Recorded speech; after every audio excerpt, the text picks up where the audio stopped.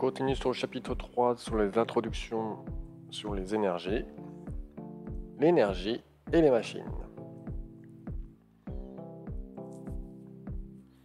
Pour fonctionner, les machines convertissent l'énergie issue d'une source d'énergie renouvelable ou non renouvelable. Les énergies renouvelables correspondent à des sources d'énergie qui se renouvellent aussi vite qu'on les utilise ou existent en quantité illimitée. Les énergies non renouvelables correspondent au cas contraire. Au rythme actuel, elles sont épuisées dans moins de 2 siècles. Si on fait la synthèse, les énergies renouvelables sont disponibles pour une durée illimitée, tandis que l'on aura épuisé les sources d'énergie non renouvelables d'environ 2 siècles. Petit entraînement.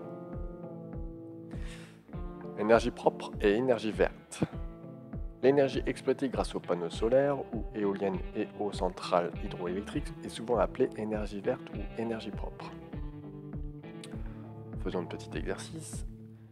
Question 1. Rappelle les formes d'énergie que tu connais. L'énergie verte en fait-elle partie? Donc, il va falloir apprendre les différentes énergies de ton cours. Donc, on a l'énergie renouvelable et l'énergie non renouvelable. Deuxième partie de la question, est-ce que l'énergie verte en fait partie? L'énergie verte ne fait pas partie de la liste. Deuxième question, propose un terme plus correct du point de vue scientifique pour énergie verte. Donc, il faut apprendre les deux définitions d'énergie de ton cours. Énergie renouvelable égale se renouvelle aussi vite qu'on les utilise ou en quantité infinie. Énergie non renouvelable égale qui se épuise et en quantité limitée. Donc l'énergie verte, c'est égal à une énergie renouvelable.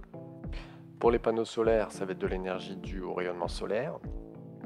Pour les éoliennes, ça va être l'énergie apportée grâce au vent.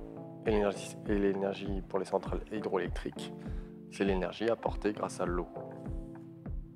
Donc l'énergie verte, c'est bien l'énergie renouvelable.